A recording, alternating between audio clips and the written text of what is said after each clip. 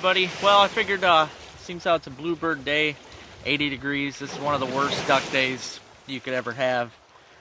Duck hunting's always better on nasty days, but I figured I'd show you how to do a duck call properly, because I'll tell you, probably 1 out of every 100 duck hunters doesn't blow it right.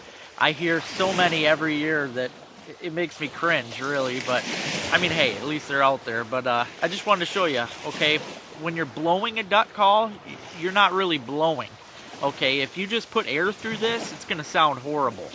See, watch, if I just blow in it, which I hear a lot of guys doing, and they'll sit there and they'll wail on it, they'll blow as loud as they can, thinking they're somehow gonna make a duck noise. Don't work that way.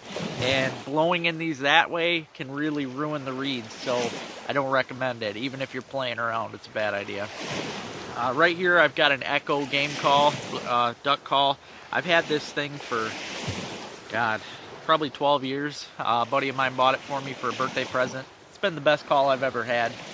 But what you do, now I know it sounds silly, on the duck call packs and that, you'll see where it says to say voot or something like that in that frame of things, weird noises it tells you to make. Well, it's not really kidding, and as silly as it sounds, you got to practice it. Like the voot voot, I mean, you don't want to blow it, you want to voot voot voot.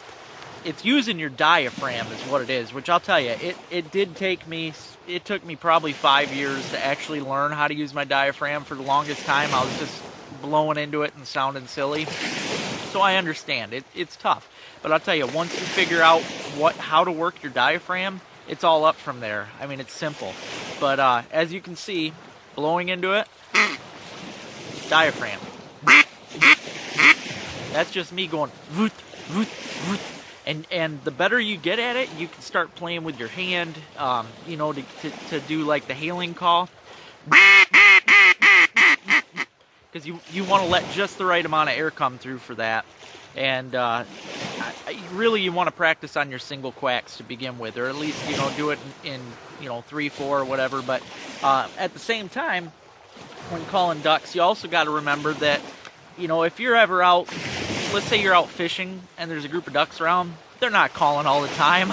In fact, it's seldom. I mean, if they're in a group and they're happy and they're swimming together, you might hear them do a couple chuckles here and a quack there, but it's never anything, you know, constant. In fact, the only time you'll hear a constant quack is when the duck feels danger.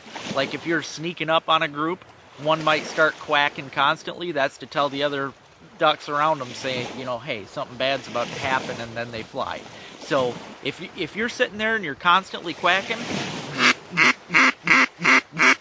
something like that, that's just telling the other ducks, hey, there's something wrong here, and they're going to keep on going. And I'll tell you, as long as I've called, I've been calling for probably since I was 11, so it's been, 22 years. It gets, like I said, it gets easier once you figure out how to work your diaphragm. But at the same time, you'll learn, just sitting and watching ducks and playing with the call here and there, you're going to learn telltale signs of when and when not to call. Like, for instance, on a boring day like today, if I do only see one duck and he's a mile out there, I might call at him, even though chances are he ain't going to hear me. You also got to figure these things can only travel so far. On a calm day, yeah, you can put it out there and you might be able to get some attention. But usually the only time I want to call is if I see a duck that's, a little ways out of range, not too far. I might start quacking at it a bit, and you can usually watch and see how their wings might flare a little, or sometimes, you can watch them turn their head to check out the decoys. Once you catch their attention like that, it's usually the deal sealed, as long as they don't see you. A lot of people don't realize that either, but ducks are very smart. People think they're dumb, but all it takes is you to move your face or something when they're coming in. They see that flash and they're gone. So, yeah, that's another thing you got to watch for. But yeah, when you're calling ducks, voot, voot, voot, that's what I put out. Something like that. I've never been real good at the feed chatter, but you see a lot of those guys going totally nuts on it. Real ducks don't do that anyway, so it's really no big deal if you're not awesome at it. What I usually do is I just toss in a few, chuckles. because that's really all I hear. That right there would be the most I hear out of them when they're feeding. And with that, all I'm doing is tick, tick, tick, tick, tick, tick, tick, tick. Same thing though, I'm not blowing it. I'm making that tick, tick, tick, tick, tick, tick, tick, tick noise using my diaphragm. And you'll learn how to push. You got to put the right pressure to with your tongue to the back of your teeth. You'll learn it all over time. But yeah, tick, tick, tick, tick, tick, tick, tick, tick, tick for feed chatter, or tick, tick, tock. Some people do. I just do tick, tick, tick. And as far as the quack goes, just the voot, voot, which usually I just hit them with a couple. That right there, if they're not too far away, I'll hit them with that and just see what happens. If they, turn their head or act like they're going to come in, that's awesome. Usually I'm going to get the bird.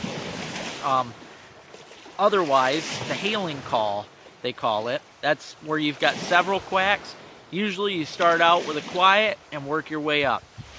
Or, sorry, wrong way around. You start out with the louder one, not too loud. You don't want to get crazy with it. And then you kind of work your way down. But again, you see guys on TV going nuts with it, just constant. That's championship calling. That's a whole different ball game. Those guys are just trying to highball as long as they can, which in the real world calling ducks, that don't happen. All you need is a few. That's all I do. Usually that'll get their attention. They'll come in. That's the mallard call. And that is going to be your main call when you're calling ducks. Also, I've learned divers, if you're in an area where you're dealing with diver ducks, which here on Lake Huron and anywhere around the Great Lakes nearby, we have a lot of divers. Not this time of year, mergansers and every now and then stray ringnecks, but for the most part right now there's not much going on. But you can also call the divers with this, or any duck call. And really that's kind of about rolling your tongue. Same thing, you got to use the diaphragm, but all I'm doing is using the diaphragm and rolling the tongue.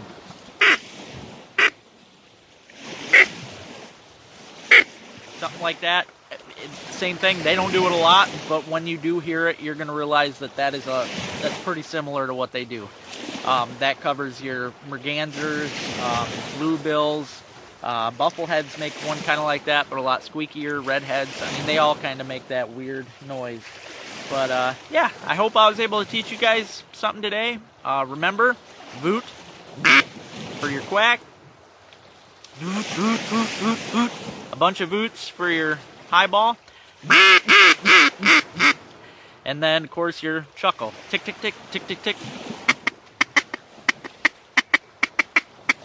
Something like that. That's all it takes. So, thanks for watching. Please subscribe, like, and share.